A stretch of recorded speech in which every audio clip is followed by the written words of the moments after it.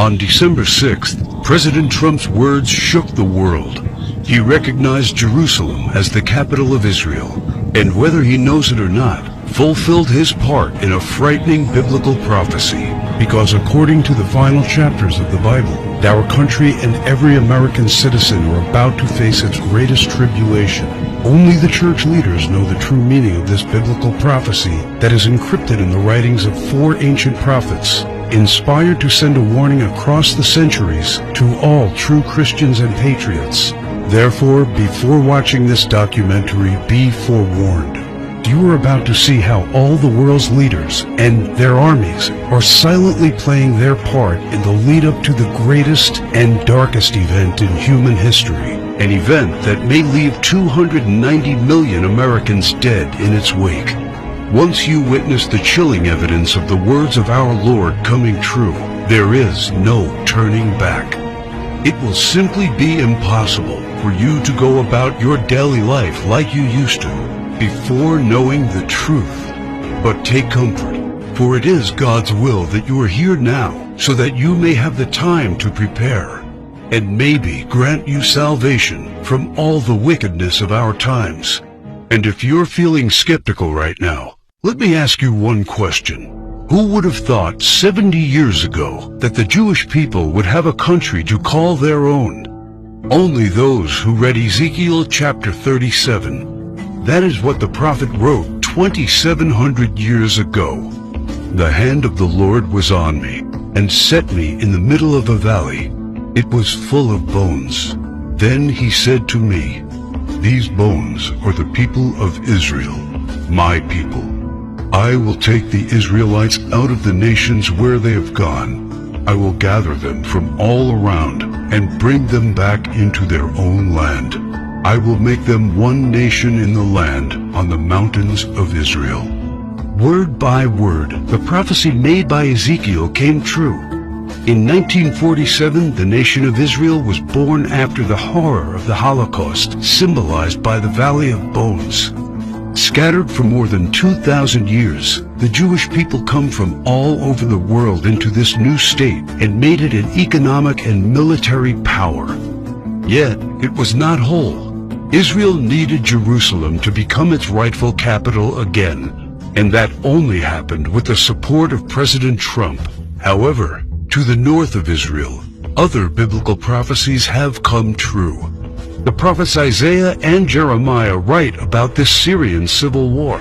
This is what the prophet Isaiah says: "Damascus will no longer be a city, but will become a heap of ruins." And these are the words of Jeremiah: "Damascus has become feeble. She has turned to flee, and panic has gripped her. Anguish and pain have seized her. Surely her young men will fall in the streets." For 5,000 years, the capital city of Syria stood as one of the oldest and most prosperous cities in the world. But the civil war began in 2011 and turned it into a ruin.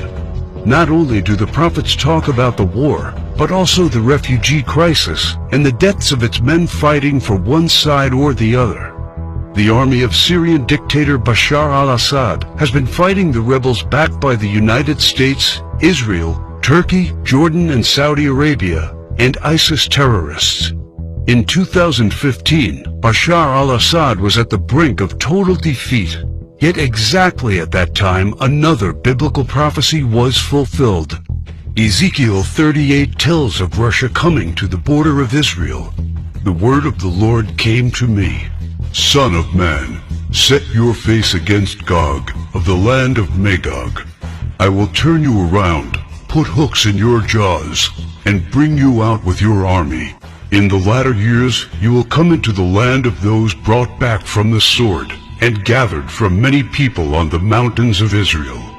One only has to look at the map of the world as it was known at the time of the prophet to understand. To the north of the Caspian Sea, we find the people known as Magog, inhabiting the land known as Rosh. Over time, the ancient name of Rosh became current-day Russia. Twice, Ezekiel says that Magog will bring his armies from the extreme north to the border of Israel. None other than President Ronald Reagan, a devout Christian, said many times he truly believed Russia to be Magog according to Ezekiel. What about the word Gog? Bible scholars agree that the word Gog is not an actual name but a title.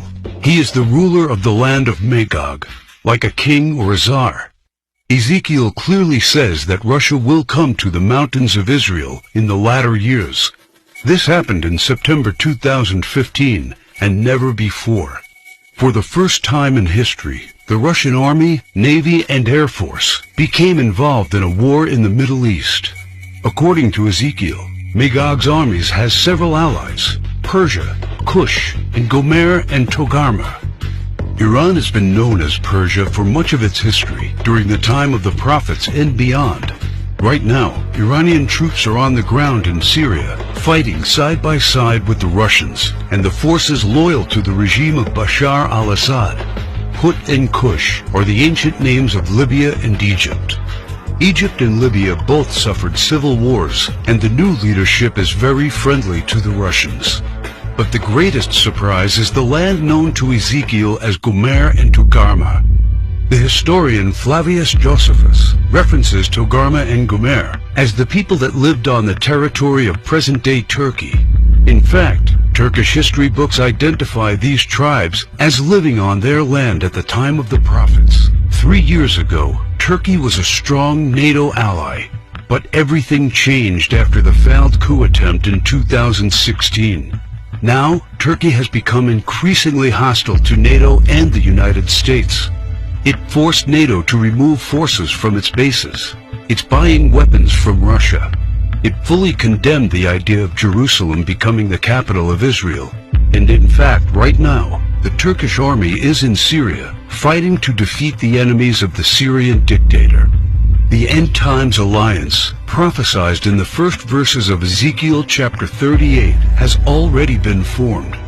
Never in the history of mankind has there been an alliance between Russia, Iran, and Turkey.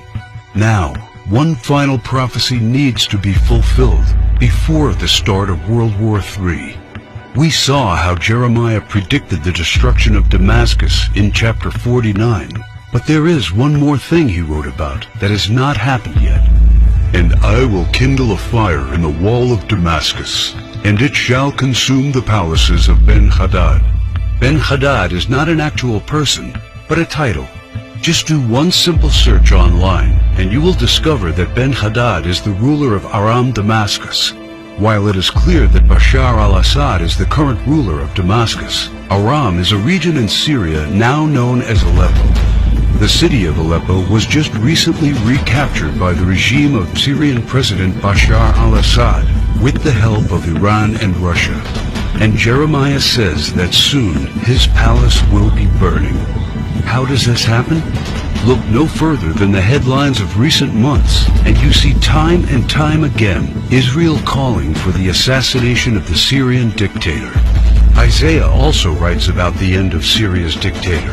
The fortified city will disappear from Ephraim, and royal power from Damascus. This is the spark that ignites World War III. Ezekiel chapter 38 states that 2/3 of Israel will be destroyed in this coming war, and those left in the Holy Lands will face grief and pain and hardship. So what happens to the United States? Will we not help Israel at its darkest hour? To answer this question, we must first find the United States in biblical prophecy. John the Apostle in the book of Revelation and Jeremiah and Isaiah talk about another end times nation in their writings. A nation called Babylon, or Mystery Babylon. The name is deeply symbolic. Ancient Babylon was a city made great by people who came from all parts of the ancient world. Just like immigrants helped make the United States the world's only super. It is the #1 military power, and it's called the hammer of the whole earth. Isaiah in verse 18 chapter 2 talks about how Babylon's beginning would be unique and awe-inspiring.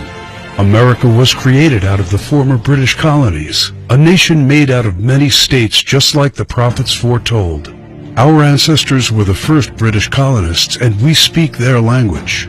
That's the reason why Jeremiah sees England like a mother to the U.S. according to verse 50, chapter 12. More so, the prophets talk about the lion that is on the sigil of the mother of Babylon. England uses the lion as its royal symbol. The last crew the prophet